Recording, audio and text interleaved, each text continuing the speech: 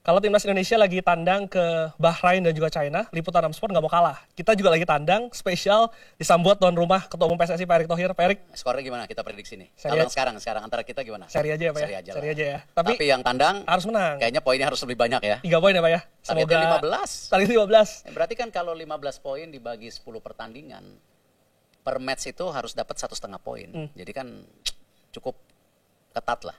Artinya 2 poin dari Australia dan juga Arab Saudi ini sesuai target dong Pak? Bisa dibilang ya, Tapi Bapak terkejut nggak Pak? Kalau saya jujur cukup terkejut. Karena 2 pertandingan itu bukan pertandingan yang mudah Pak untuk timnas kita. Ya gimana kan Australia itu ranking 24, Langganan Piala Dunia. Saudi itu 56, ya kita kan jauh di bawah. Kalau kita lihat kan sekarang kita 129 loh. 129 itu sudah mengalami peningkatan Pak. Dari sebelum Pak Erick Thohir menjabat Pak. 179 waktu 179. itu. Artinya kalau saya hitung tuh 45 naik 45 peringkat dari satu setengah tahun lah Pak. Apa sih Pak resepnya yang Bapak lakukan di tubuh PSSI? Ya kembali programnya harus benar dan membumi, tetapi benar-benar kita persiapkan dengan matang gitu. Karena dalam penurunan atau kenaikan, justru bukan penurunan, kenaikan peringkat, kita harus benar-benar di FIFA Matchday-nya kita isi. Dan juga pertandingan-pertandingan ya kita harus juga mendeliver target-targetnya. Nah, kan selama ini di FIFA Matchday itu kadang-kadang kita tidak mengisi pertandingan. Nah konsekuensinya ya peringkatnya akan terus melorot turun gitu. Nah kemarin kan kita coba dengan sebuah program, ini loh ada Olimpiade, ada Piala Dunia, ada kejuaraan Asia senior dan U23. Ini seperti apa? Lalu persiapannya seperti apa? Nah itu kan salah satunya di FIFA Matchday kita isi pertandingan dengan beberapa negara Afrika waktu itu. Kita juga bawa Argentina yang meledak. Nah itu bagian bagaimana kita achievement the target. Dan memang kita rasakan ketika saya bulan Maret waktu itu menjabat sampai sekarang itu peningkatannya. Ya ini terima kasih kepada Pak Jokowi, terima kasih kepada pemain, ya tidak mungkin hanya saya dan coach doang, pemain juga penting. Terima kasih coach bisa juga komitmen sama Indonesia perpanjang kontrak. Kita di PSSI kerja keras, ya akhirnya kita mencapai peringkat 129 menuju 100. Dengan target-target yang kemarin, ya baik tim nasional senior itu pertama kali kualifikasi Piala Asia, masuk 16 besar. Lalu juga yang U23 bahkan tembus 4 besar, bahkan hampir saja ke Olimpiade. Nah sekarang juga kalau bisa tim nasional kita dengan segala konsekuensi yang tidak mudah karena semua memprediksikan kita ranking 3-4 baru nanti di playoff. Ya tetapi kita coba dulu ranking 1-2 atau 2 paling tidak karena Jepang sangat dominan sampai hari ini. Ya kalau bisa ya kita masuk di ya 2 besar, tapi kalau tidak bisa ya kita coba lagi. Makanya angka 15 poin itu insurance yang kita harus dapatkan gitu. Gitu. Kalau lihat persaingan saat ini Pak dan juga penampilan dari timnas sendiri, peringkat 2 itu realistis Pak? Berat, tapi ya kembali optimisme itu kan harus kita terus bangun gitu. Betul. Masa ya ini apalagi kalau kita lihat statement dari Pak Prabowo sendiri, ya itu akan mensupport juga kegiatan sepak bola ini secara maksimal. Jadi Pak Jokowi support, Pak Prabowo support, atau pemerintah support, FIFA sangat friendly dengan kita, ada kantornya, kita juga buat program yang bagus, kita komitmen, ya harus ada optimisme gitu. Kita nggak bisa terbelenggung hanya masa lalu yang kita terus terpuruk. Gitu. Ya, kita harus lupakan, kita harus ke depan. Ya artinya di luar lapangan sendiri kan sudah ada dukungan penuh ya Pak ya. Kalau untuk persiapan Pak, dari timnas Sintayong sendiri menghadapi Bahrain dan juga China yang 2 pertandingan ini banyak pandit yang memprediksi bahwa ini kesempatan kita untuk bisa mendapatkan poin. Ya, kita awali waktu itu kan bagaimana kita negosiasi dengan Liga juga, di mana kita bisa break 4 hari lebih awal. Nah, agar apa? Kita paling tidak pemain-pemain itu bisa punya recovery dan bisa juga konsolidasi bermain dengan baik. Itu kalau kita lihat dari 27 pemanggilan, saya cek kemarin 26 sudah semua kumpul di Bahrain, termasuk pemain-pemain kita yang bermain di luar negeri. Artinya recovery agak lumayan. Nah tentu ya Martin Paes sendiri baru bisa bergabung tanggal 8, nah padahal tanggal 10 main. Nah inilah yang kita harus akalin juga bagaimana tadi kita punya recovery yang bagus, termasuk bagaimana kita bela-belain sewa pesawat dari Bahrain ke China itu benar-benar untuk recovery. Kalau tidak, bayangkan kalau tim kita habis main, langsung berangkat dari Bahrain menuju Cina itu harus ke Doha, Doha Hong Kong, Hong Kong Beijing, Beijing terus ke Guangzhou apa yang satunya lah. Nah itu ya saya rasa recovery-nya akan nggak dapat dan pemainnya akan kelelahan dan itu bisa jadi injury.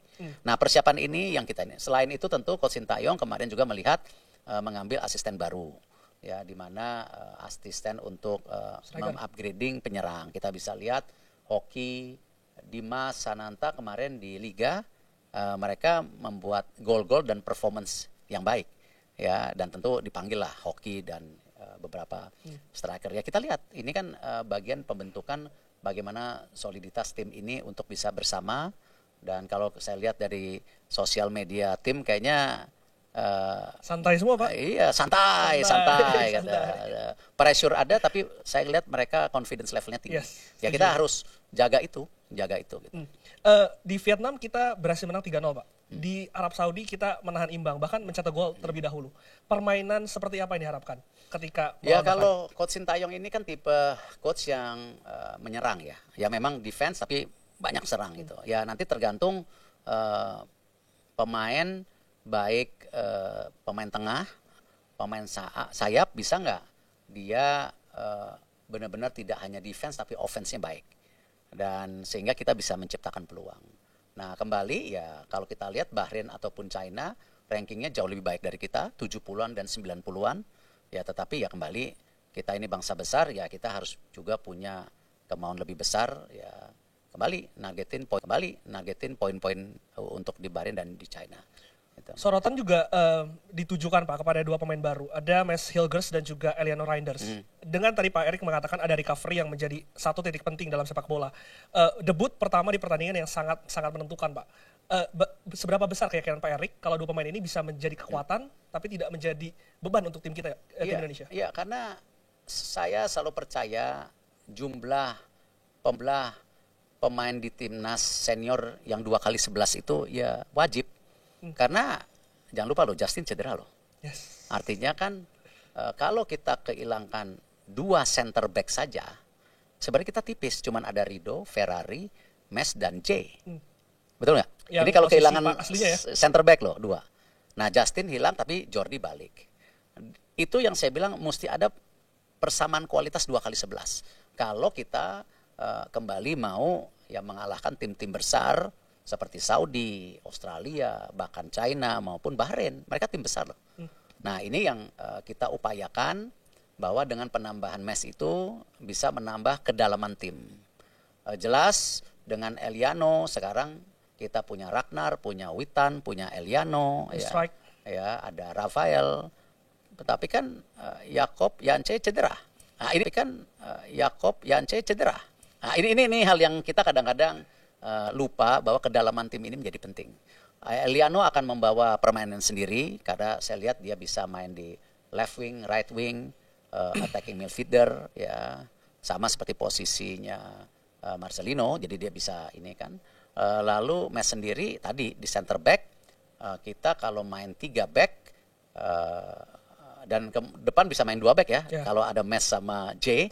Nah, tapi dengan 3 back berarti kan Mes dan J bisa mengisi yang tempat Justin ditinggalkan atau kemarin Jordi Almat kebetulan cedera juga. Nah ini yang kita coba jaga. Gitu. Jadi ini bukan siapa menyingkirkan siapa, tapi ini tuh menambah kekuatan timnas kita, Pak Erik. Ya, sepak bola itu bukan permainan individu, permainan tim yang selalu saya bilang waktu itu.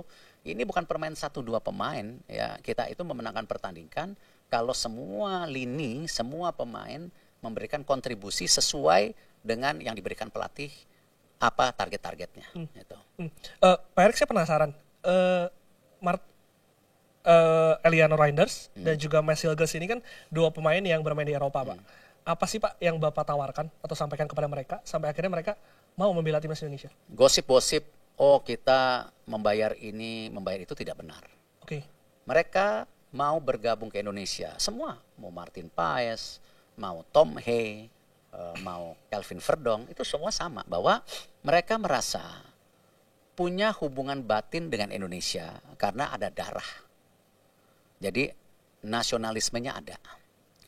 Kedua, tapi kita nggak bisa membohongi, program kita bermain sama Argentina, kemarin kita tanda tangan kerjasama dengan Belanda, baik untuk kepelatihan ataupun jendela bertanding dengan tim nasional Belanda. Itu juga kan hal yang positif, ya. Dan terbukti apa? Tim nasional putri kita tanggal 25 ini main di Belanda loh. Oktober ya Pak ya? Iya, 25 Oktober ini. Mereka ranking 7, kita ranking 109. Nah, tapi ya nggak apa-apa, itu bagian dari kita meningkatkan bagaimana performance dan pengalaman. Betul. Ya. Nah, sama kita bicara, ini loh akan ada pertandingan besar, apakah lawan Belanda, Portugal dengan Spanyol. Cuman kan kita tunggu windownya, jendelanya, karena di tahun 2026 ini kita kan masih ada fokus kualifikasi.